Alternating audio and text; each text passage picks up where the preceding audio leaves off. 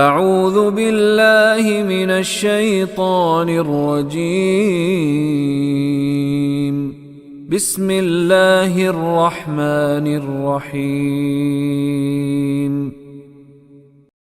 وقل رب ادخلنی مدخل صدق واخرجنی مخرج صدق واجعل لی من لدنک سلطانا نصیرا۔ وقل، اے نبی محترم آپ کہہ دیجئے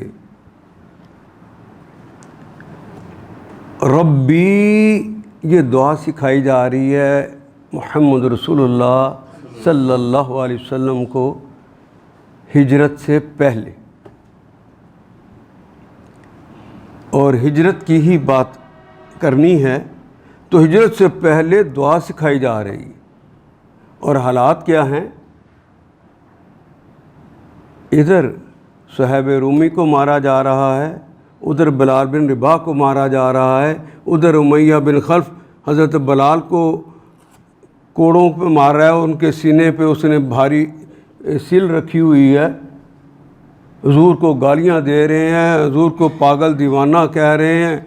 یہاں پر آل یاسر ہے، وہاں پہ مار مار کے بیہوش کیا ہوا ہے، سارے ہی ہوش میں آتے ہیں تو رسول اللہ بھی یہ حالت ہے کہ اس سے زیادہ نہیں کہہ سکے صبرن یا آل یاسر موعدکم الجنہ، صبر کرو آل یاسر، تمہیں مار مار کے بیہوش کر دیا ہے نا، میں تم سے وعدہ کرتا ہوں جنت کا۔ لیکن نہ ابو جہل کو کچھ کہا ہے، نہ امیہ بن خلف کو کچھ کہا۔ کتنے بے بس حالات ہوں گے۔ دشمن نے فیصلہ کر لیا ہے کہ آج رات رسول اللہ کو شہید کر دیں گے، پورا ہر بندہ، ہر خاندان کا بندہ ایک ایک آئے گا اور ایک وقت میں رسول اللہ پر حملہ کرے گا تاکہ محمد رسول اللہ کا خاندان ہم سے قصاص طلب نہ کر سکے۔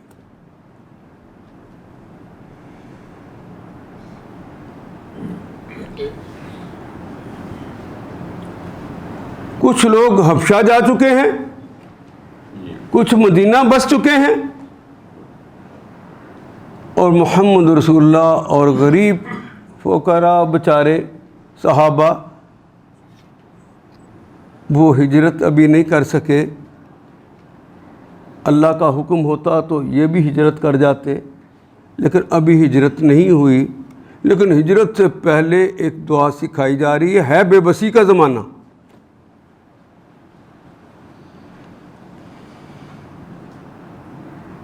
ابو جہل لعین نے حضرت سمیہ کی ایک ٹانگ کو ایک اونٹ کے ساتھ باندھا ہوا ہے، دوسری ٹانگ کو دوسرے اونٹ کے ساتھ باندھا ہوا ہے، دونوں اونٹوں کو مخالف سمتوں میں بھگاتے ہوئے شرمگاہ میں نیزہ مارتا ہے، آپ دو لخت ہو گئی۔ شب ابی طالب میں بھوکے پیاسے ہیں، کھانے کو ختم ہو چکا ہے، ماؤں کی چھاتیوں سے دودھ خشک ہو گیا ہے، بچے بلک بلک کر روتے ہیں، کلیجے پھٹ پھٹ جاتے ہیں۔ ہم میں سے کسی نے محمد رسول اللہ کا ساتھ نہیں چھوڑا۔ پوری حدیث میں نے آپ کو سنائی۔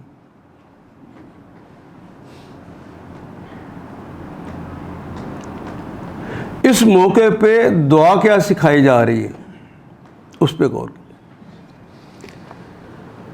وقل، قول کو حکم تو ہے کل کہیے، لیکن کہنا جب بندے نے رب سے ہوتا ہے تو اسے دعا کہتے ہیں، تو گویا کہا جا رہا ہے کہ دعا کیجیے۔ کل ہی کا کلمہ آئے گا جب ہم مرتبہ ایک دوسرے کو کہیں گے، تو اس کا ترجمہ بھی کہیں گے ہم نے ایک نے دوسرے سے کہا، ہے تو آرڈر ہی۔ لیکن چھوٹا بڑے کو کہے کل چھوٹا، تو یہ درخواست کر رہا ہے، یہ حکم نہیں دے رہا۔ لیکن مخلوق خالق کو کہے تو یہ دعا ہوتی ہے۔ وقل، تو دعا کیجئے ربی، رب کے نیچے زیر ہے. اس نے چونکہ چھوٹی یہ کی پوری آواز دے دی ہے تو وہ کلمہ یا یہاں پہ موجود ہے،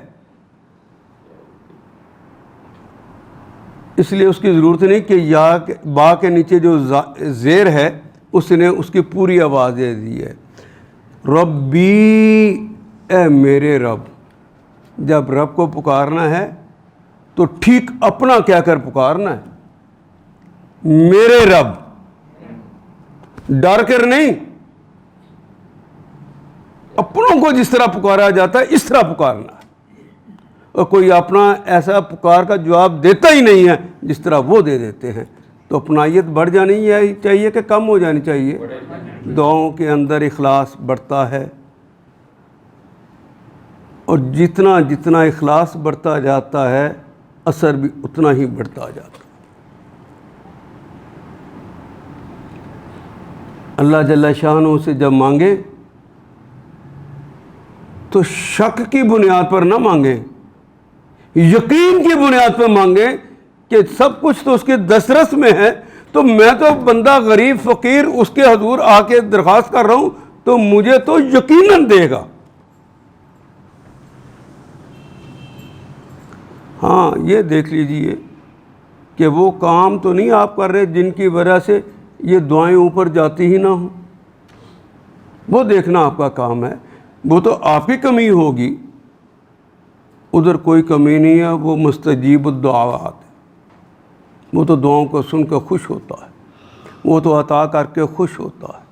کمیاں ہماری ہوتی ہیں، ہم ایسے کام کر رہے ہوتے ہیں جن کی وجہ سے دعائیں قبول نہ ہوں، لاس بنے ہوئے ہیں، ان سے ہماری باتیں ٹکرا رہی ہوتی ہیں، جن کی وجہ سے وہ بیریئر سامنے آ جاتے ہیں اور دعا اوپر جاتی ہی نہیں. ربی ادخلنی، ابھی مرحلہ کیا ہے کہ نکلیں کیسے؟ مکہ سے نکلنا ہے نا، تو دشمن نے تو گھیرا ڈالا ہوا ہے، اور محمد رسول اللہ کو پتہ ہے اس بات کا. ان نازک لمحات کے اندر یہ دعا سکھائی جا رہی ہے. ان کے نزدیک یہ مشکل ہے کہ نکلیں کیسے. کہا یہ مسئلہ نہیں ہے، دعا تم یہ کرو ادخلنی، مجھے داخل کر دے. اگلی بات جہاں پہنچنا ہے اس کی بات ہے، گویا یہ بات تو طے شدہ ہے. میں کوئی بات سمجھا سکا جی؟ محمد رسول اللہ کس اطمینان سے کہہ رہے ہیں کہ علی، میرے پاس ان کافروں کی جو مجھے گالیاں دیتے ہیں ان کی امانتیں پڑی ہوئی ہیں، امین بھی مجھے کہتے ہیں، صادق بھی مجھے ہی مانتے ہیں، اچھا مجھے کہتے ہیں، نیک باپ کا نیک بیٹا مجھے کہتے ہیں، اپنی امانتیں میرے پاس بھی رکھواتے ہیں. انہیں کوئی ڈر اور خوف نہیں کہ اس امانت میں خیانت ہو جائے گی. لیکن جب میں کہتا ہوں اللہ کی امانت میرے پاس ہے، وہ تمہیں دینا جا رہا ہوں، تو میری بات نہیں مانتے. دیکھنا ان کے جذبات کو ٹھیس نہ لگے. مجھے حکم مل گیا ہے کہ یہاں سے چلے جاؤ، ہجرت کر جاؤ، تو آج میں نے ہجرت کرنا ہے، تو ان کی امانتیں انہیں دے کر آنا. علی یہ میری اوڑھنی لے لو، یہ اوڑھ کر میرے ہی بستر پر لیٹ جاؤ، اور کمال آرام کے ساتھ یہ پتہ ہو کہ آج رات حملہ ہونا ہے، انہوں نے محمد رسول اللہ سمجھ کے مجھے مار دینا ہے، یہ پتہ ہو تو نیند آتی ہے. لیکن دل میں محبت اللہ کی ہو اور اللہ پر مان بھی ہو، اللہ پر مان بھی ہو، تو پھر کوئی خوف اندر آتا ہے؟ جا کے علی مرتضیٰ سے پوچھ کے دیکھ لیجیے. کہا جائیے بھیا میں سب کی امانتیں واپس کر کے آؤں گا، آپ تشریف لے جائیں. اور چادر اوڑھ کر آپ گہری نیند میں سو گئے. پتہ اس وقت چلا جب دشمن اندر داخل ہو گیا اور چادر جب اٹھائی تو آگے علی مرتضیٰ کو پایا۔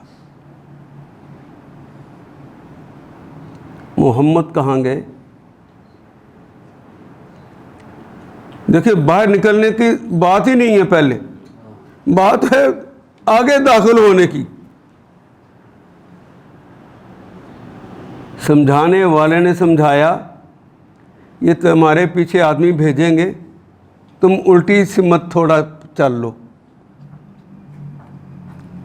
ایک غار میں تھوڑی دیر ٹھہر لو،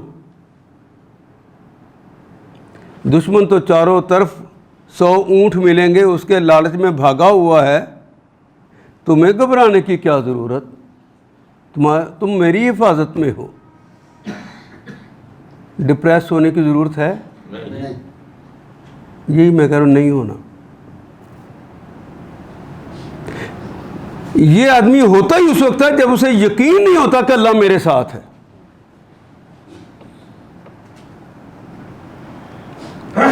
اب دیکھیے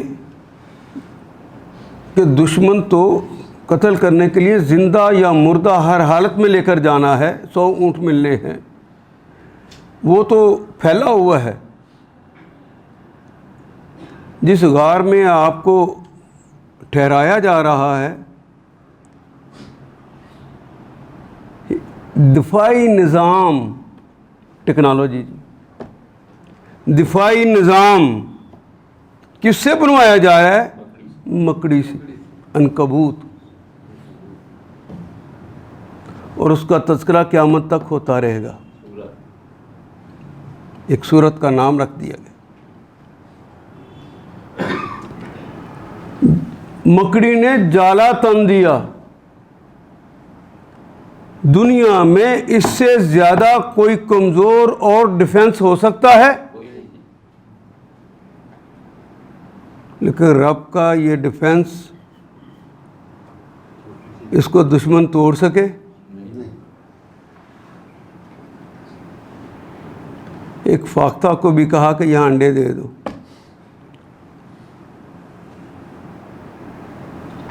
وہ زیرک دشمن جو پیچھے بھاگا چلا آ رہا ہے، جو مدینے کی طرف جاتے ہوئے قدموں کو پہچانتے ہوئے واپس اس طرف آیا ہے، زیرک نہ ہوتا تو ادھر ہی تلاش کرتا، وہ واپس آ کے تلاش کر رہا ہے۔ اس کی یہ چلاکی اور مکاری کا نظام ایک مکڑی کے جالے اور کبوتری کے 2 انڈوں نے ڈھیر کر دیا۔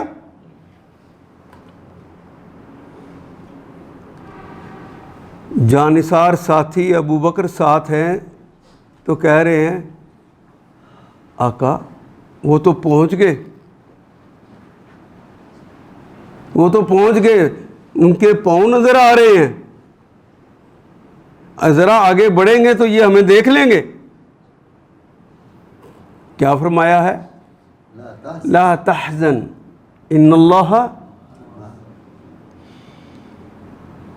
ابھی اسرائیل اپنے گھر میں ہوتا ہے، دشمن اپنے گھر میں ہوتا ہے،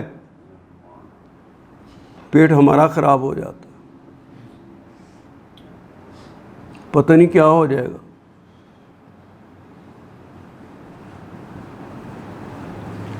وہ ڈپریس ہوئے؟ آپ کیوں ہوئے؟ یقین کر لو کہ اللہ تمہارے ساتھ ہے۔ وہ اللہ کی معیت کے درمیان جتنے درمیان کے اندر رکاوٹیں ہیں، وہ رکاوٹیں تو آپ نے دور کرنی ہے نا، تو اپنی رکاوٹیں دور کر دیجیے، اللہ کا ساتھ ملے گا۔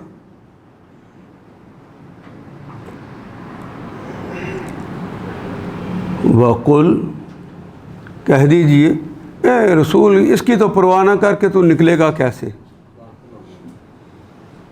بس ہمارا کہنا مان اور نکل، تو نکل گئے۔ تو جو کام اللہ کہہ دیں جس دن ہم نے بھی وہ کرنے شروع کر دیے، اب تو پیار سے سردیاں ہوں تو اللہ کہے فجر کی نماز اے نوجوان تو بالغ ہو گیا ہے، اب مسجد میں جا کے پڑھنا. تو اس نوجوان کی ماں اسے سمجھا رہی ہوتی ہے نہیں بچہ بڑی سردی ہے تو گھر میں ہی پڑھ لے. جس دن یہ ماں بھی کہے کہ بیٹا اب نماز تجھ پہ فرض ہو گیا، یہ مسجد میں ہی پڑھی جائے گی، گھر میں نہیں پڑھنے دوں گی. جس دن بچہ بھی یہ کہے اماں تیرا پیار اپنی جگہ پر لیکن میرے رب کا حکم ہے کہ مسجد میں نماز پڑھنی، تو اللہ کا ساتھ ملے گا یا نہیں ملے گا؟ ابھی تو چھوٹا سا گھاٹا پڑ جائے تو مستقبل تاریک نظر آتا ہے، بچے بلکتے نظر آ جاتے ہیں تصور کے اندر. میرے نفع اور نقصان کا مالک کون ہے؟ جب وہ میرے ساتھ ہے تو مجھے ڈر جانا چاہیے. یہ مشکلات تو مہمیز کا کام دیتی ہیں. مجھ سے یہ غلطی ہو گئی کہ اللہ مجھے معاف فرما دے، میں آئندہ ایسی غلطی نہیں کروں گا. تو دوبارہ ٹھیک طریقے سے کام شروع کر دیجئے، اللہ دیکھیے کہاں پہنچاتا ہے.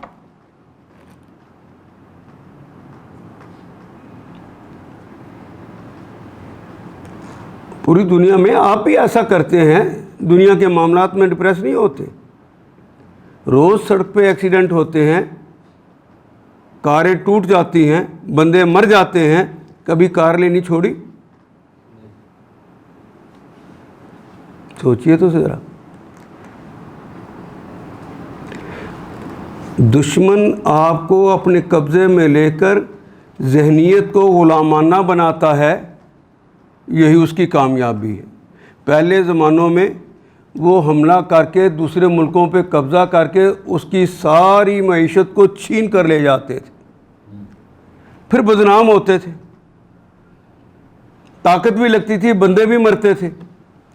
اب انہوں نے آسان حل ڈھونڈ لیا ہے، اپنے ہی گھر میں بیٹھتے ہیں، آپ کی لیڈرشپ کو وہ خریدتے ہیں، ان سے وہ کام لیتے ہیں، نہ ان کا بندہ مرتا ہے نہ بدنام ہوتے.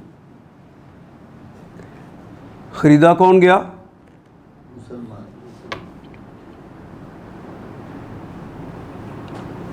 میرا اقتدار باقی رہے.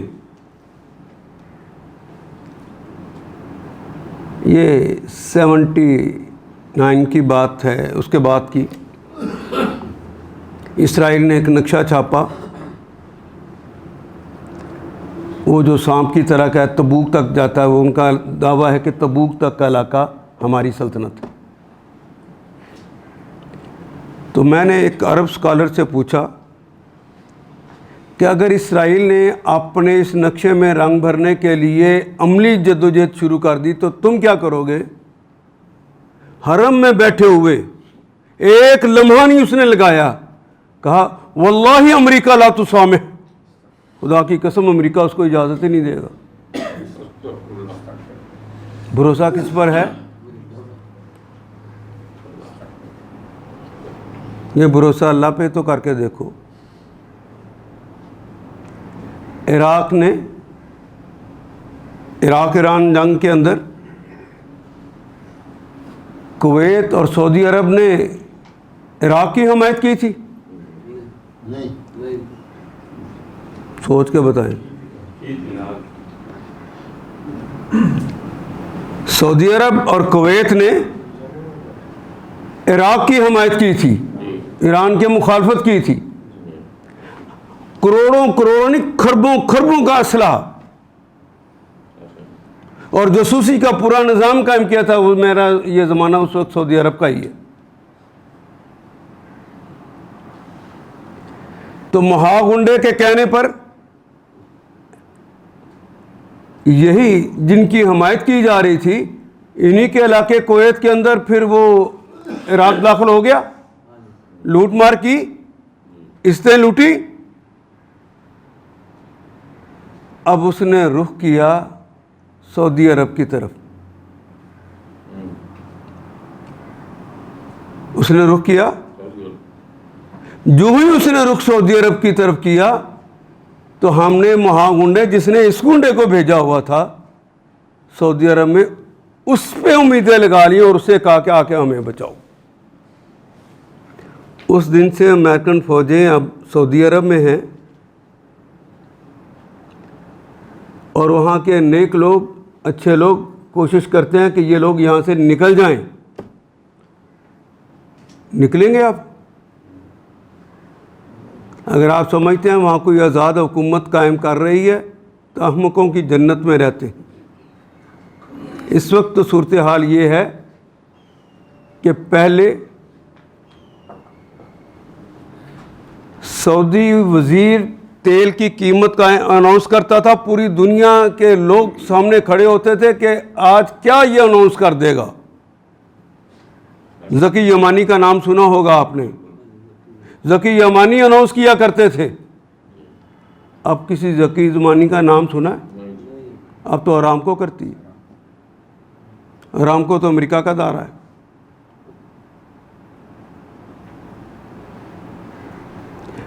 اب جو انہوں نے اوپن کر دیا ہے ہر چیز کو, نئے شہر بسانے لگ گئے ہیں, یہ اسلام کی خاطر بسا رہے ہیں. جن کی غلامی کر چکے ہیں ان کی خاطر. اگر یہ رب کو اپنے ساتھ مانتے اور رب کو پوچھ کر چلتے تو پھر بھی یہی حرکتیں کرتے.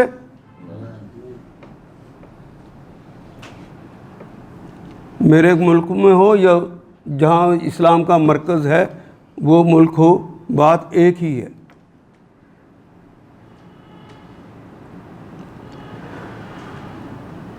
اللہ دعا سکھا رہے ہیں, ربی ادخلنی, الف شروع میں لگا ہے عمر کے لیے, نی مجھے, اے میرے رب مجھے داخل کر دیجئے, مدخلا داخل ہونے کی جگہ, میم والے کے لیے جہاں داخل ہونا ہے اس جگہ پر مجھے داخل کر دیجئے, صدقن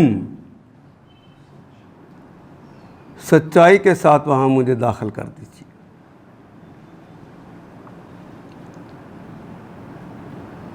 صدقن, تمہاری حالت یہ ہو کہ ان بے بسیوں کے اندر بھی خام خواہ مظلوم بننے کے لیے حقائق سے ہٹ کر بات مت کرنا. دشمن نے ہمارے ساتھ یہ کر دیا, دشمن نے ہمارے ساتھ یہ کر دیا ہے, مظلومیت کے ترانے مت گانا. جو رب نے تم پر عنایتیں کر رکھی ہے اس کا تذکرہ کرنا.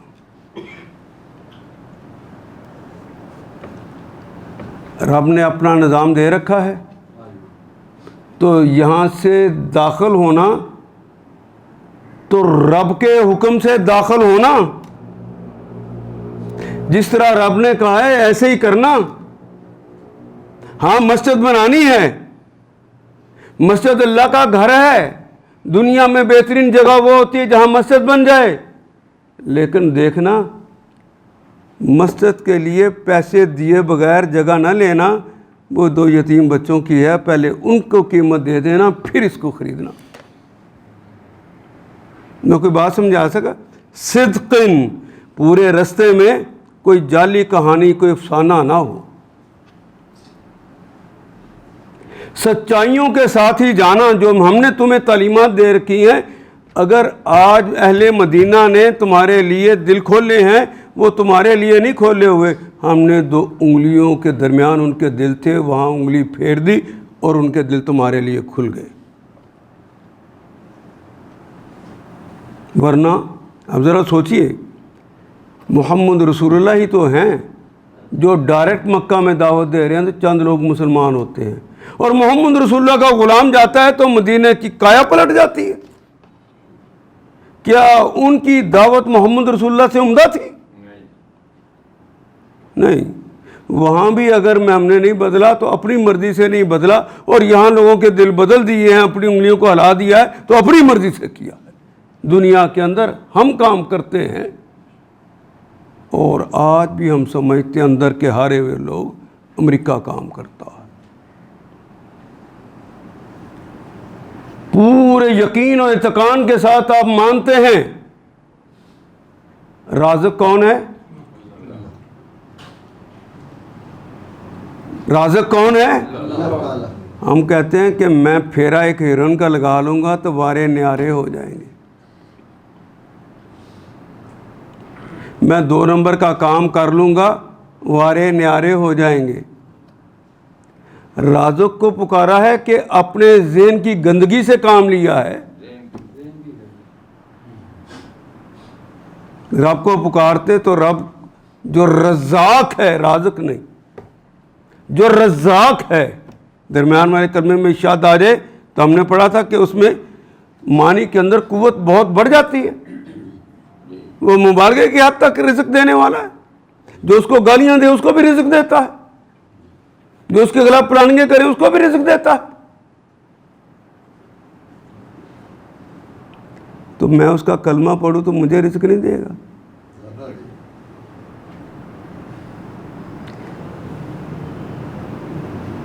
عزت کون دیتا ہے؟ ذلت کون دیتا ہے؟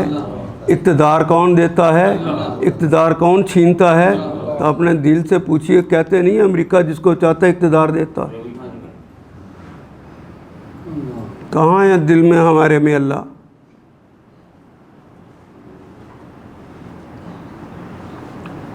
اس دل کی دنیا کو پاک کر لیجیے،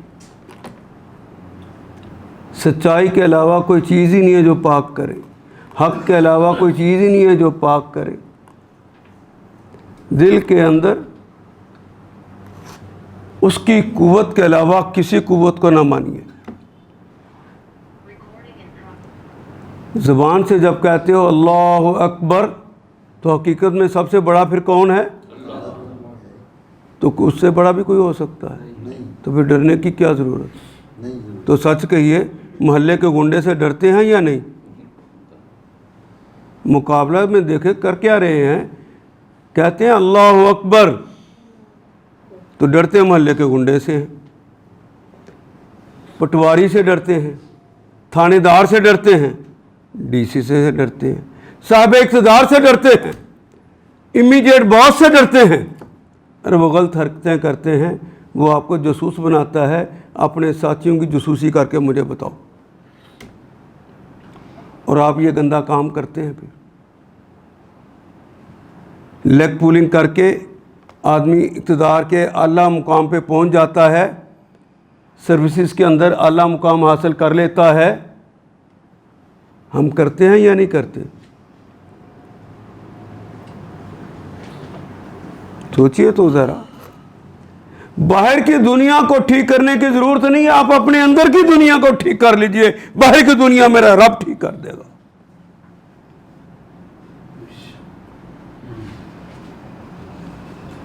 ربی ادخلنی، خطرات سامنے ہیں، مت پرواہ کیجئے، رب کے حکم پہ چلیے۔ میرے حبیب بھی چلے تھے، لَقَدْ كَانَ لَكُمْ فِي رَسُولِ اللَّهِ أُسْوَةٌ حَسَنَةٌ۔ میرے اور آپ کے لیے بہترین زندگی کا نمونہ کون ہے؟ تو وہ نکل گئے تھے، باہر کے نہیں نکلے تھے اللہ کے حکم سے، کہ یہ دیکھ کے کہ باہر انہوں نے گھیرا ڈالا ہوا ہے۔ ایک آیت پڑھی کہ ان کے اوپر پھونکی تھی نا، ان کے پاس سے گزر کے گئے تھے نا، کیوں نہیں انہیں پتا چلا؟ کس کی حفاظت میں چلے گئے تھے؟ تو آپ کو اللہ حفاظت میں نہیں لے گا؟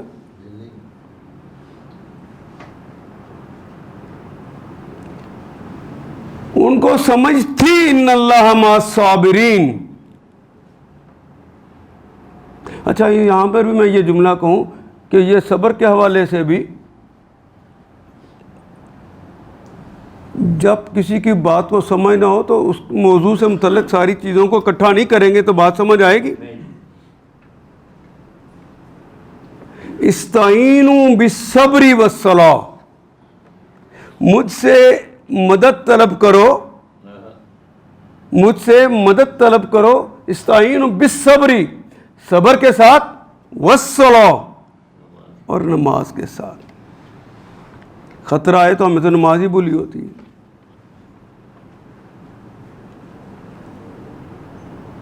وہ جو اقبال کہتا ہے کہ تلواروں کے سائے میں نمازیں پڑھتے ہیں، کہاں چلے گئے ہیں وہ؟ سوچئے تو ذرا۔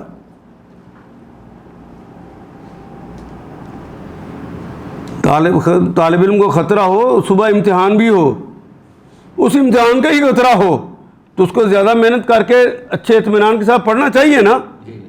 یہ خوف غالب ہو جائے تو اس سے تو پڑھا ہی نہیں جاتا.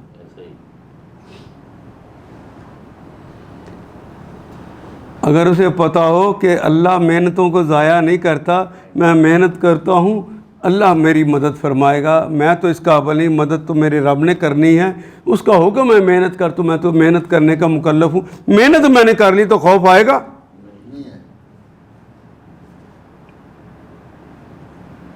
ہوتا ہی نہیں ہے. اندر کی دنیا اجڑی ہے، باہر کی دنیا نہیں اجڑی.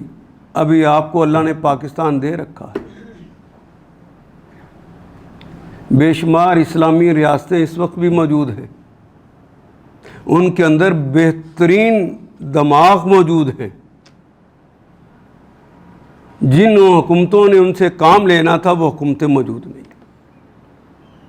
تو آپ کی غلطی کہیں اور ہے. جتنے مدارس اور دین کو سکھانے کے لیے چیزیں موجود ہیں، کیا صحابہ کے زمانے میں اور اس کے بعد کے زمانوں میں اتنا تھا؟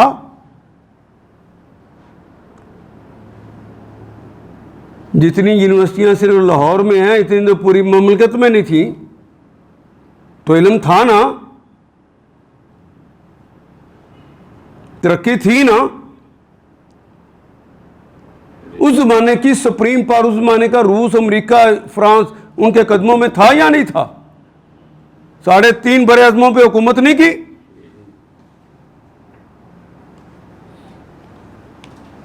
ربی ادخلنی مدخل صدق، بس میری حفاظت فرما کہ میں داخل ہوں تو سچا ہوں، سچائی کے ساتھ ہی مجھے داخل کرنا. کوئی جھوٹ، کوئی باطل، کوئی ناحق نظریہ میرے ذہن میں پنپنے نہ پائے. اگر کامیابی تو مجھے دے دے تو میں غرور اور تکبر میں مبتلا نہ ہو جاؤں. جب کوئی بندہ کرکٹ کے اندر آؤٹ کر لیتا ہے، فٹ بال میں، ہاکی میں کوئی گول کر لیتا ہے، تو آپ نے اس کی کبھی حالت دیکھی ہے؟ تصویریں بھی چھپتی ہیں. اس طرح ہاتھ اوپر کرتا ہے اور اپنی ایک ٹانگ بھی اٹھا لیتا ہے کہ سب سے اعلیٰ میں ہی ہوں.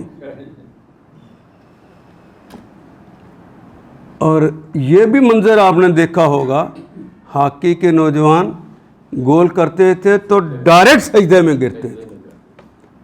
یہی جرم تھا. آج ہاکی جو دنیا کے اندر مسلمانوں کے لیے پاکستان نے ایک اعزاز کے طور پر رکھی تھی، آج ناپید کر دی گئی ہے. حکمرانوں نے ناپید کی. سجدہ کرتے ہو. فرعون کی اولاد بن کر یہ کیوں نہیں کہتے ہیں انا ربکم الاعلی؟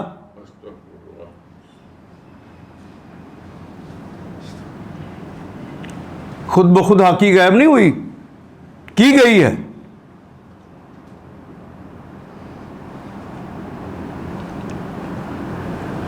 نان پروڈکٹیو چیزوں کے اوپر تمہاری حکومتیں جو خرچ کرتی ہیں، ان کی انسٹرکشنز بھی باہر سے ہی آتی ہیں، لیکن اس کے سود کے پیسے تم نے دینے ہیں. تمہاری این جی اوز جو لیتی ہیں اس کے بھی پیسے حکومت پاکستان نے دینے ہیں. تو حکومت پاکستان کا اپنا کوئی خزانہ الگ ہے؟ آپ سے لوٹے گی تو دے گی نا. پھر آپ کہتے ہیں ٹیکس بڑھ گئے. تو اپنے آپ کو کیوں نہیں ٹھیک کر لیتے؟ صدق کے ساتھ اپنا بہترین رہنما چن کیوں نہیں لیتے؟ یہ تو بادشاہوں نے نظام بنایا تھا، ہماری طرف یہ دیکھے ہی نہ، ان کو بچوں کی روٹی کی پڑی رہے. ابھی تک ادھر ہی بیٹھے ہوئے.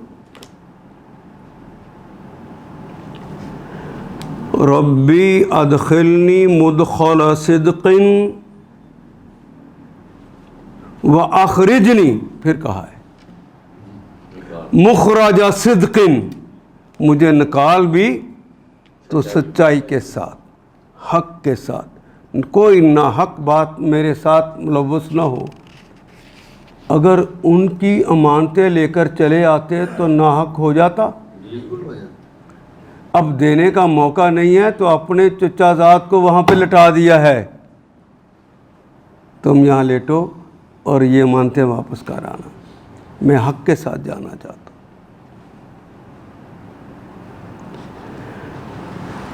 وَأَخْرِجْنِي مُخْرَجَ صِدْقٍ وَاجْعَلْ لِي، وہ اجعل حکم تو نہیں اللہ کو اللہ کے رسول دے سکتے، دعا کر رہے ہیں، یہ دعا سکھائی جا رہی ہے ہجرت کے موقع کی۔ وَاجْعَلْ لِي، اے اللہ بنا دیجئے، لی لام کے لیے تو چھوٹی یہ ہے نیچے، میں اس کا معنی ہے میرے لیے بنا دیجئے۔ وَاجْعَلْ لِي مِن لَدُنْکَ، من سے لدن کہتے ہیں پاس، ایک بڑا اردو میں بھی استعمال علم لدنی، وہ علم جو اللہ ڈائریکٹ دے دیتا ہے، نیک لوگوں کو القاء کر دیتا ہے، سائنسدان کو نئی بات سمجھا دیتا ہے، اس کے دماغ میں نہیں ہوتی، اللہ سمجھا دیتا ہے۔ مصنفین نئی کتاب لکھتے ہیں، نئی چیز انہیں سمجھا دیتا ہے، یہ اس کا دیا ہوا علم، اس سے پہلے اس کتاب میں نہیں ہوتا۔ لدن کہتے ہیں پاس، قریب، نزدیک، کا اپنے پاس، من لدن کا، اے اللہ مجھے اپنے پاس سے بنا دے، میرے لیے بنا دے کیا؟ سلطانن، کوئی سلطان، کوئی حکمران، کوئی سلطے والا بنا دے، نصیرا، میرا نصیر کسے کہتے ہیں جی اردو میں بھی؟ مدد کرنے والا، ناصر کہتے ہیں، بہت زیادہ مدد کرنے والا، نہیں، نصیر فعیل کے وزن پر ہے، کرتا ہی ہے۔ جو مستقل میری مدد کرے۔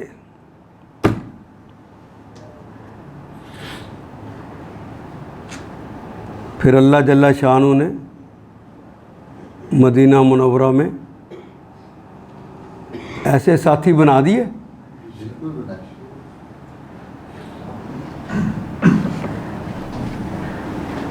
پھر انہوں نے ساتھ مل کر جنگیں بھی لڑیں، اور چند سال، یہ دیکھیے کہا مجبوری کا زمانہ، دیکھیے مخوری کا وہ ہجرت رہی ہے، دعا کیا سکھائی جا رہی ہے؟ اقتدار کی۔ یہ جو فقہ پڑھانے والے، فقہ بھی نہیں کہنا چاہیے، اپنے اپنے عقائد پڑھانے والے فرقوں کے مولوی، دین اسلام کا نہیں، ان کا سیاست کا نام آئے، سیاسی بات ہو، اقتدار کی بات ہو، وضو ٹوٹ جاتا ہے، کہتے ہیں ہم تو اللہ اس کے رسول کے ماننے والے، ہم تو نماز روزہ کریں گے۔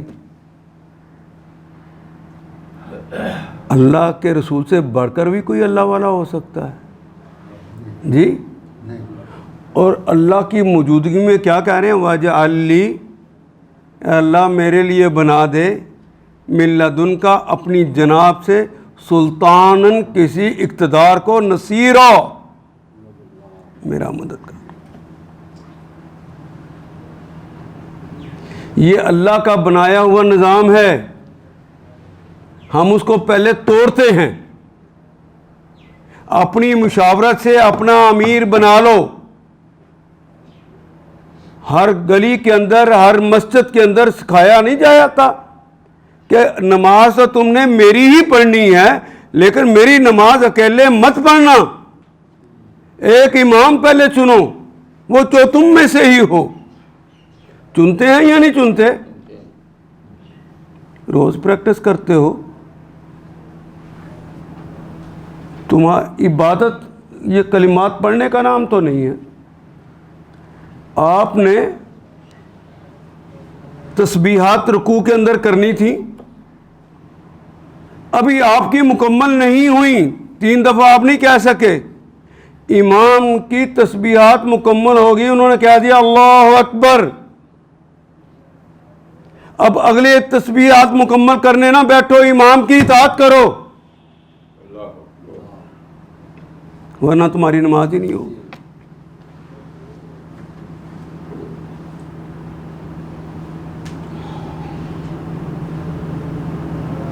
اسلام بغیر جماعت کے نہیں، جماعت بغیر امیر کے نہیں، اور امیر بغیر اطاعت کے نہیں۔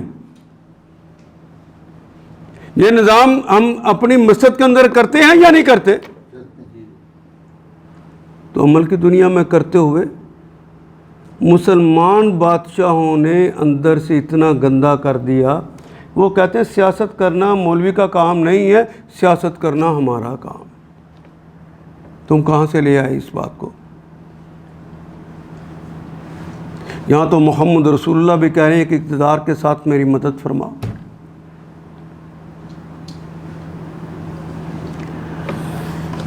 ایک حدیث میں کیا خوبصورت کلمات کہے ہیں، ان اللہ لا یزعو، یزع کہتے ہیں، زعزع کا کلمہ کہتے ہیں کسی کو اکھاڑ دینا، کسی مقام سے ختم کر دینا،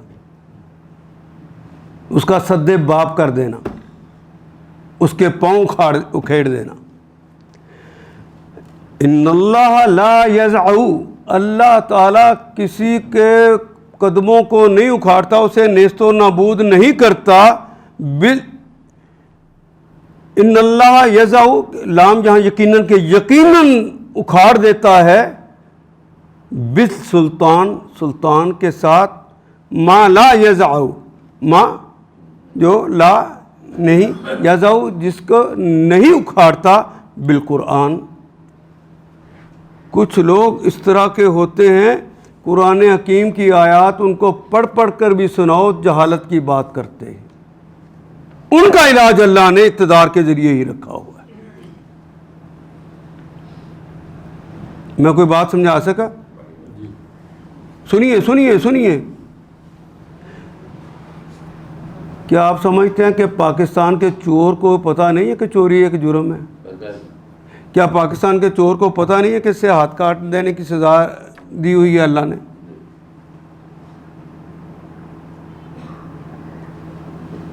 ہم نے اس سزا کا نفاذ نہیں کیا، ایسا اقتدار لے کر نہیں آئے۔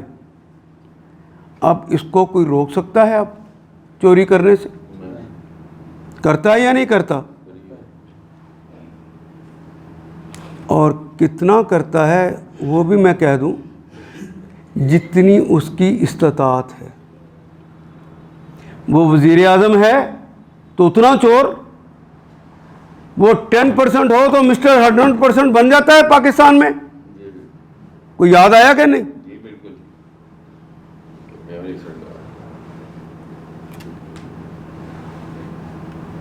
کوئی معزز سوداگر، تاجر، عمدہ کپڑے پہننے والا ضرورت پڑنے پہ اناج کو سٹور کر لیتا ہے، قوم بھوکی مرنے لگتی ہے تو مہنگے داموں بیچتا ہے، آپ اس کو معزز بھی کہتے ہیں۔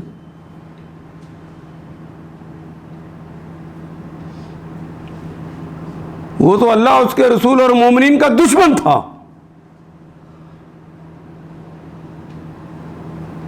اللہ نے تو انہیں منع کیا تھا ایسا مت کرنا۔ بیوروکریٹ وہ قوم کا خادم ہوتا ہے،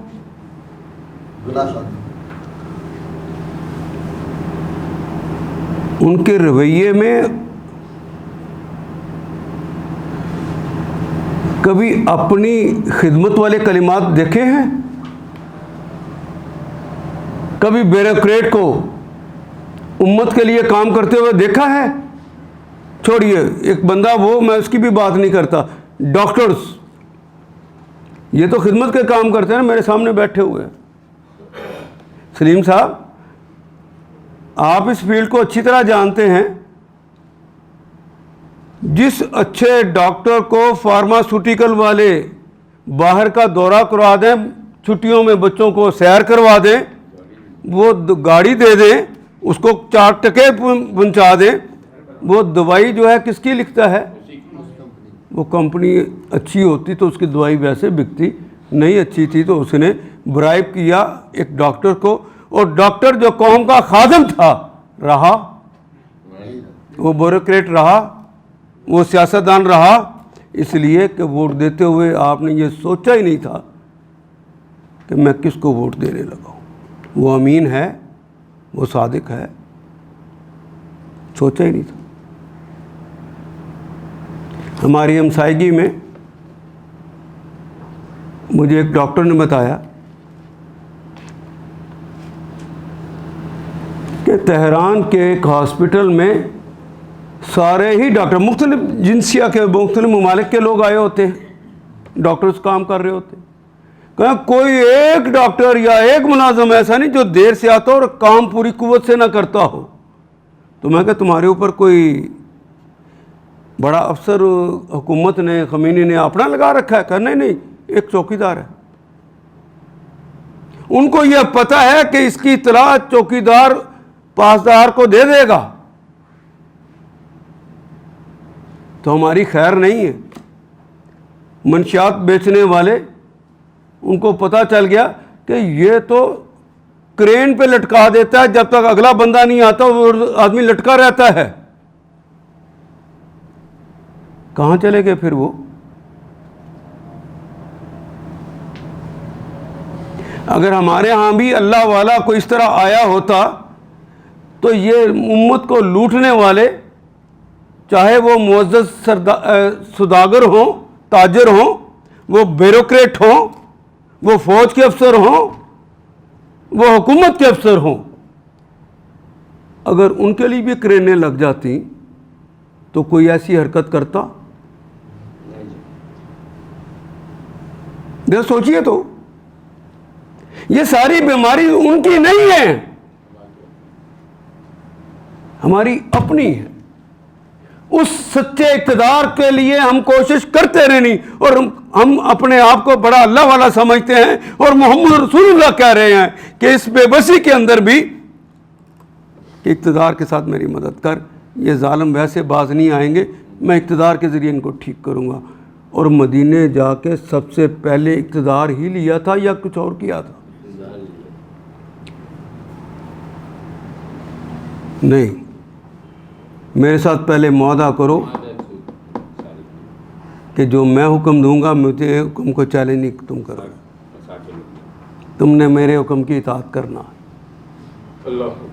پہلے اقتدار لیا۔ یہی رسول مدینے میں دعوت دیتے ہیں تو مسلمان نہیں لوگ ہوتے، کافر مقابلے پہ اٹھ کھڑے ہوتے ہیں، اور مکے میں اور مدینہ منورہ میں آ کے حکمران بنتے ہیں، تو پھر یہ کفار تو یہاں پر بھی تھے، ان کا وہ رویہ کیوں نہیں بنا؟ اقتدار کا حصول ذات کے لیے ہو تو یہ کمینگی ہے، دھوکہ دہی ہے، یہ خود نمائی ہے۔ اگر دین کے لیے ہو تو فرض عین ہے، جس طرح نماز پڑھنا، جس طرح کلمہ پڑھنا فرض ہے، اسی طرح محمد رسول اللہ نے کتنی ماریں کھا کے مدینے کا اقتدار حاصل کیا۔ ہمارے لیے تو آسانی دے دی کہ تم ٹھیک ووٹ کا استعمال کر لو تو تمہارا اقتدار تمہارے پشت پر آ جائے گا۔ یہاں بھی مایوسی پھیلانے والے پھر مجھے ایک بات کہتے ہیں، وہ بٹ صاحب کیسے پولیاں گلاں کر دیو، ووٹ کسی کو ڈالے جاتے ہیں، رزلٹ کسی اور کے نکل آتے۔ ہاں ایسا ہوتا ہے، ہوتا ہے، اس لیے کہ ووٹ ڈالنے والے حق کو نامعلوم ہوتے، پتہ ہی نہیں ہے کون ہے۔ اگر قرآن حکیم کو ہم نے عوام کے اندر اسی طرح پڑھا دیا ہوتا، انہیں سمجھا دیا جاتا کہ تم جس آئین کا حلف لیتے ہو اس کے اندر جس کو ووٹ دینا ہے اس کا امین اور صادق ہونا لازم ہے، اس کی ظاہری زندگی بتاتی ہو کہ وہ اللہ اس کے رسول کی مرضی اور منشا کے خلاف کوئی کام نہیں کرتا، اور جس مقصد کے لیے چنا جا رہا ہے اس کی پوری صلاحیت رکھتا ہے۔ پارلیمنٹ میں تو قانون سازی کرنی ہوتی ہے نا، تو اس کو قانون سازی آتی ہے؟ نہیں آتی۔ ان ماجے گاؤں میں جن کو آپ ووٹ کرتے ہیں انہیں اسلام کے قانون کا پتہ ہے؟ قانون میں تو لکھا ہے حاکمیت اعلیٰ اللہ کی ہے، تو اگر حاکمیت اعلیٰ اللہ کی ہے تو قانون اللہ کا چلے گا کہ غیر اللہ کا چلے گا؟ تو پارلیمنٹ اپنے آپ کو اللہ سمجھتی ہے؟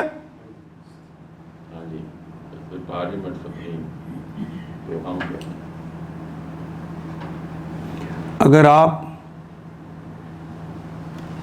بحیثیت قوم اٹھیں گے، اللہ بھی بحیثیت قوم آپ کو تسلیم کر لے گا اور آپ کو غلبہ عطا فرما دے گا۔ یہ اس وقت جتنے ہمارے ہاں اقتدار میں لوگ ہیں بڑے بودے اور کمزور قسم کے لوگ ہیں۔ شاہ ایران بہت مضبوط آدمی کا نام تھا، 2500 سال کی اس کی بادشاہت تھی، ایک ہی خاندان میں چلتی آ رہی تھی وہ بادشاہ 2500 سال سے۔ وہ بادشاہ ابن بادشاہ ابن بادشاہ ابن بادشاہ تھا، اور امریکہ کا پولیس مین کہلاتا تھا، اس پورے ایریے کو کنٹرول کرتا تھا، دولت بے شمار تھی، سیاسی مخالفین کے لیے اس نے گھوڑا بنا رکھا تھا، اس گھوڑے کی جو ریڑھ کی ہڈی ہوتی ہے اس کی جگہ پہ تلوار تھی، وہ مخالف کو اوپر بٹھاتا اور دونوں پاؤں کے اندر وزن باندھ دیتا، یہ بندہ چرتا اور چرنے وقت جب وہ ہلتا تو وہ دو لخت ہو کے آدھا ادھر گر جاتا اور آدھا ادھر گر جاتا۔ یہ منظر لوگ دیکھتے تھے۔ اس کی پولیس بہت خطرناک تھی۔ فرانس سے جب خمینی آئے ہیں تو لوگوں کا خیال تھا، پوری دنیا کے پریس کا یہ خیال تھا پہلے، کہ جب یہ تہران میں پہنچے گا تو شاہ ایران نیچے سے ایک فائر کرے گا اور جہاز فضا میں پھٹ جائے گا، ختم ہو جائے گا۔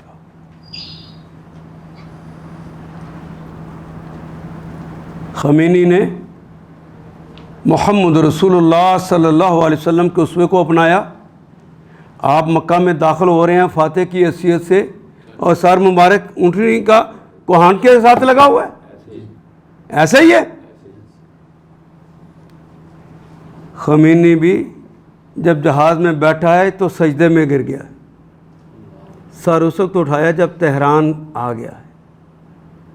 اس کی حالت کو دیکھ کر پوری دنیا کے پریس نے کہا اگر یہ اتنا دلیر جا رہا ہے تو ہم کب بزدل ہیں۔ پریس نے ساتھ دے دیا، وہ آ گئے، اور پھر تاریخ کا ایک نیا باب کھلا۔ 24 کلومیٹر ہے شہر تہران سے، تہران ایئرپورٹ سے۔ جب خمینی ایئرپورٹ پر اترتے ہیں انہیں ایک مرسیڈیز کا گاڑی میں بٹھایا جاتا ہے، وہ گاڑی میں بیٹھ جاتے ہیں تو ایئرپورٹ سے لے کر تہران شہر تک خمینی کی گاڑی لوگوں کے ہاتھوں پہ آتی ہے۔ ادخلنی مدخل صدق واخرجنی مخرج صدق، سچائی کے ساتھ کرو تو تمہارا رب یوں استقبال کروا سکتا ہے یا نہیں کروا سکتا۔ اور جس قوم جو اتنی پیچھے کھڑی ہو جائے، وہ شہنشاہ ملک میں رہا کہ بھاگ گیا۔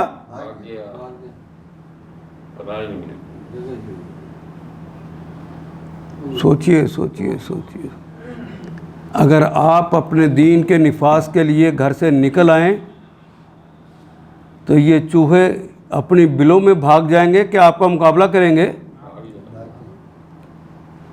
آپ کے پیچھے تو اللہ کی قوت ہے، ان کے پیچھے امریکہ کی قوت ہے، کون جیتے گا؟ دنیا میں اقتدار سب سے بڑا کس کا ہے؟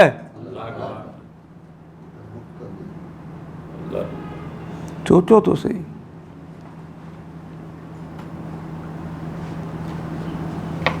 مجبوری ابھی زمانہ بدلا نہیں تو جملہ سنیے. وَقُلْ جَاءَ الْحَقُّ وَزَهَقَ الْبَاطِلُ إِنَّ الْبَاطِلَ كَانَ زَهُوقًا. وَقُلْ قل اے رسول پاک آپ اعلان فرما دیں. مجبوریاں ہیں, یہاں سے نکلنے کے لالے پڑے ہوئے ہیں,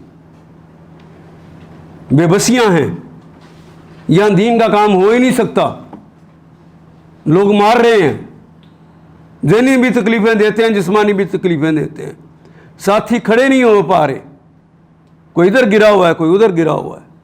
وَقُلْ اور نبی محترم آپ کہہ دیجئے جاء, اردو بھی نبی میں آجا ہم الٹا کے کہتے ہیں, صرف اتنا ہی فرق ہے, ورنہ ہماری زبان کا ہی کلمہ ہے. جاء آجا وہی کلمہ ہے. وقل کہہ دیجئے جاء آ گیا, ماضی ہے نا, مضارع کی بات نہیں کی جا رہی. جاء یجیء مضارع ہے, یا مضارع کا کلمہ استعمال نہیں کیا, ماضی کا کلمہ استعمال کیا ہے. مستقبل کے بارے میں اگر بات ماضی میں کہی جائے تو یہ یقینی بات ہوتی. نکالا جا رہا ہے وہاں سے, نکل رہے ہیں, مجبور ہو کے نکل رہے ہیں, لیکن جملہ منہ سے کیا نکالا جا رہا ہے؟ جاء آ گیا, الحق حق آ گیا. وَزَحَقَ زَحَقَ یَزْحَقُ فاتحہ یفتح اس کا باب ہے. باطل ہو گیا, ختم ہو گیا, مٹ گیا, ختم ہو گیا. حالانکہ وہ دندناتا پھر رہا ہے, وہ تلاش کر رہا ہے کہاں ہے محمد رسول اللہ, میں ہم پکڑ کے 100 اونٹ لیں گے, قتل کریں گے. یہ چھپے ہوئے. وَزَحَقَ الْبَاطِلُ اور باطل مٹ گیا. ماضی کی زبان میں بات کی جا رہی ہے مستقبل کی. رب پہ یقین ہو تو کہی جا سکتی ہے یا نہیں؟ ورنہ اور ہوا بھی ایسا, جن کو یقین تھا کہ رسول اللہ نے یہ بات کہی ہے, اپنے اللہ سے لے کر کہی ہے, ان کے ایمان بڑھ گئے. اور جن کو یہ یقین نہیں تھا, کافروں نے ٹھٹھے لگانے شروع کر دیے کہ رہنے کو مقام نہیں تو اقتدار کی باتیں کرتے ہیں. وہ کہتے ہیں باطل مٹ گیا, ہم حق ہیں, ہم آ گئے. حالانکہ یہ تو بھاگ رہے ہیں. وہ باقاعدہ مذاق اڑانے والی باتیں کر رہے ہیں. وَزَحَقَ الْبَاطِلُ اِنَّ الْبَاطِلَ اِنَّ باطِلَ کانا ہے زہوقا, وہی کلمہ زہاقا, وہ تو مٹ جانے ہی کے لیے. یہ عین فطرت ہے, باطل رہ نہیں سکتا. آپ کہیں گے ہمارے یہاں تو پنپ رہا ہے, لیکن اصول کی بات ہے. جس جگہ پر کوئی جگہ خالی پڑی ہو, جھاڑ جھنکار خود بخود اگاتی ہے کہ نہیں اگاتی؟ وہ تو مطلوب نہیں ہے. لیکن جہاں کوئی کسان آ جائے اور وہ ہل چلائے, ہل چلا کے ان کو جڑوں سمیت اندر سے نکال دے, کیاریاں بنا کے نئے بیج لگا دے, جھاڑ جھنکار وہاں ہوتی ہے؟ باطل تو جھاڑ جھنکار ہے. یہ اس وقت تک غالب رہتا ہے جب تک وہ کسان نہیں آ جاتا جو اپنا ہل چلا کے زمین کے سینے کے اندر سے اس کی جڑیں نکال دے. کوئی دائی اٹھے کوئی محمد رسول اللہ اٹھے، کوئی محمد رسول اللہ کے قدموں کی خاک جیسا غلام بھی اٹھ جائے، وہ اٹھے اس جھاڑ جھنکار کو صاف کرنے کے لیے، دلوں کی کھیتی کے اندر اللہ کی محبت کے ہل چلا دے۔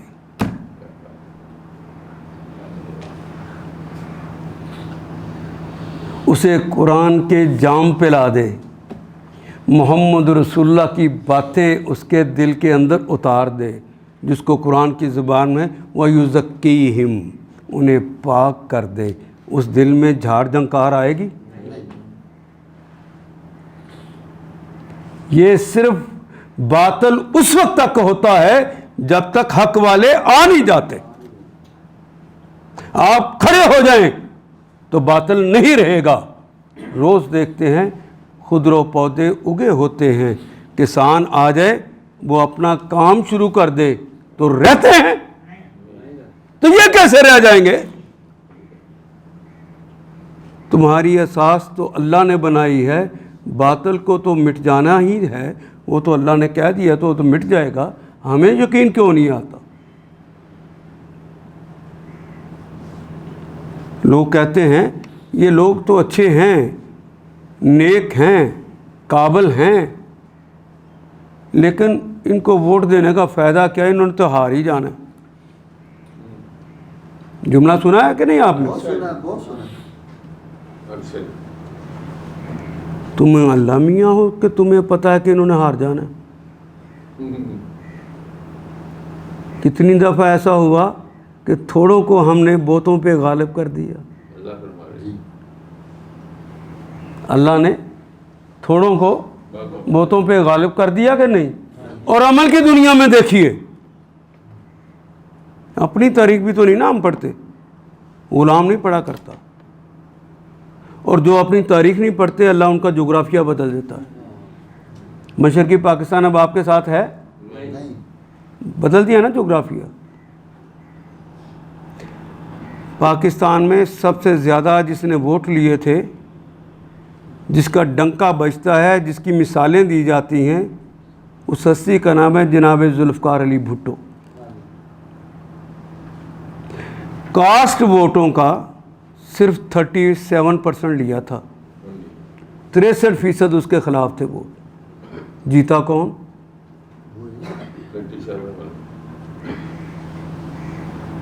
اکثریت کی بنیاد پہ نہیں جیتا جاتا، ہمتوں کی بنیاد پہ جیتا جاتا ہے۔ اس نے اور اس کے ساتھیوں نے سیاسی جلسے انتخابی مہم کے لیے 360 کیے، اس کے مقابلے پہ جو لوگ کام کر رہے تھے وہ 100 کی حد کو بھی نہ پہنچ سکے۔ یہ کسان جو آ کے جو کام کرنا چاہتا ہے اس کے لیے جاں فشانی کے ساتھ کام کرے۔ اس نے باطل کے لیے کیا، کامیاب ہوا، لیکن کامیابی کتنی تھی؟ میدان کے اندر حق والے موجود تھے اور زندہ تھے۔ اس وقت 71 میں اگر وہ اقتدار میں آیا ہے تو مارشل ایڈمنسٹریٹر کی حیثیت سے آیا۔ یہ کامیابی ہے کہ ناکامی سیاسی آدمی کی؟ 72 کا زمانہ اس کا بڑا عمدہ نکلا ہے۔ 73 کے اندر اس کے متعلق اخباروں میں کالم آنے شروع ہو گئے، اور 74 کے اندر اس کے خلاف ایجیٹیشنز شروع ہو گئی، تو 72 کا سال ہی گزارا نا اس نے، اور 77 میں ختم ہو گیا۔ قوم کھڑی ہوئی تھی، کہاں گیا کہ وہ پھر ظالم؟ دوسرا اقتدار جس کو ہم سمجھتے ہیں کہ اس نے بہت زیادہ ووٹ لیے، بلکہ ہم نے اس کی چھیڑ رکھ دی ہے، بھاری مینڈیٹ، جناب میاں محمد نواز شریف صاحب۔ کاسٹ ووٹوں کا صرف 28% لیا ہے، باقی ووٹ ان کے خلاف پڑے ہیں۔ میں ان کا تذکرہ نہیں کر رہا جنہوں نے ووٹ نہیں دیے، میں صرف کاسٹ ووٹوں کی بات کر رہا ہوں۔ اقلیت جیتی کہ نہ جیتی،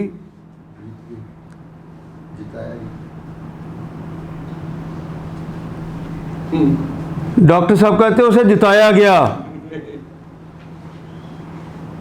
اور ڈاکٹر صاحب کہیں گے کہ اسے فلاں قوت نے جتایا، نہیں، رب نے جتایا، تھوڑی قوت کے ساتھ جتایا، اس لیے کہ جو کل تک پوری قوت کے ساتھ کام کر رہے تھے باطل کے خلاف کام کرنے کے لیے، وہ انہوں نے اپنا کام چھوڑ دیا تو جھاڑ جھنکار پھر کھڑی ہو گئی، ایسا ہی جھاڑ جھنکار پھر کھڑی ہو گئی۔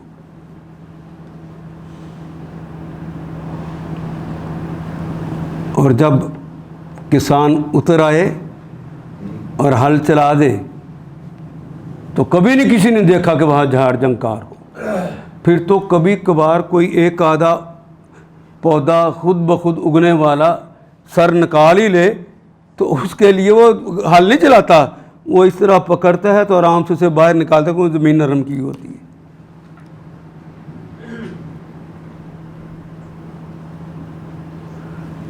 بہت زیادہ حملہ ہو جائے، میں اس کی بھی بات کر دوں، بہت زیادہ حملہ ہو جائے، ایک لفظ سنا ہوگا امریکی سنڈی، میں کہ وہ امریکی کی ہی بات کر دوں، امریکہ بہت زیادہ مداخلت کر دے، وہ امریکی سنڈیاں آ جائیں، کسان ہار جاتا ہے کہ صرف سپرے کرتا ہے، وہ ہلکا سا سپرے کرتا ہے، امریکی سنڈیاں مر جاتی۔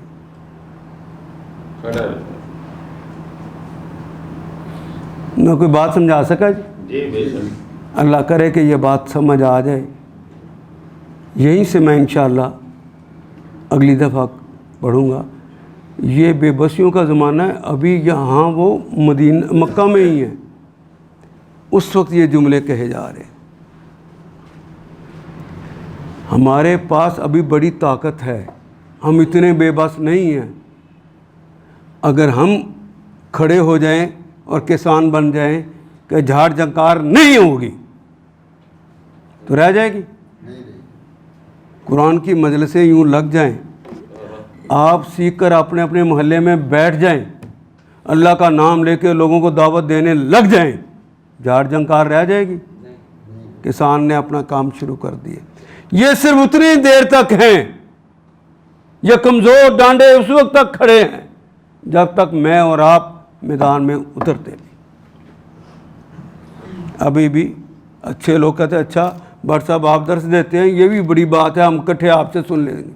نہیں، سیکھیے اور اپنے محلے کے پیاسوں کی پیاس بجھائیے، اپنے علاقے میں چلے جائیے، یہاں سے سیکھ کر ان کو سکھائیے۔ اگر اس مشن کو بنا لیں گے تو 5 سال کا عرصہ بہت بڑا ہوتا ہے۔ صرف ان 5 سالوں کے اندر ہی اگر آپ جگہ جگہ پہ قرآن کی باتیں کرنی شروع کر دیں گے، مجلسوں میں ادھر ادھر کی بات کرنے کی بجائے قرآن کی باتیں کریں گے، اللہ کے دین کی بات کریں گے، اللہ کے دین کے نفاذ کی بات کریں گے، اس کی برکتوں کی بات کریں گے، کایا پلٹ جائے گی۔ آپ کو یہ نہیں کہا کسی نے کہ پہلے علامہ بن جاؤ پھر جا کے درس دینا۔ محمد رسول اللہ نے کہا بلغوا انی، بلاؤ آیا، کسان بنو، حل شروع کر دو، چاہے ایک آیت ہے پہنچا دو دوسروں تک۔ تو یہ تو آپ کر سکتے ہیں، آج یہ پڑھا ہے اس کو دوسروں تک پہنچا دیں،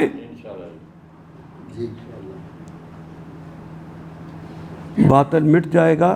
باطل مٹ جانے ہی کے لیے ان آیات کو ایک دفعہ پھر تلاوت خود کیجیے، عربی و مبین پڑھتے ہوئے دیکھیے کیا بات پوری اندر اتر رہی ہے، کیا یہ اردو کے سانچے میں ڈھلتی گئی ہیں عبارتیں۔ اگر بات سمجھ آنی شروع ہو گئی تو الحمدللہ یہی ہمارا ہدف ہے، اور یہ ہدف پورا ہو گیا۔ اللہ میرا اور آپ کا حامی و ناصر۔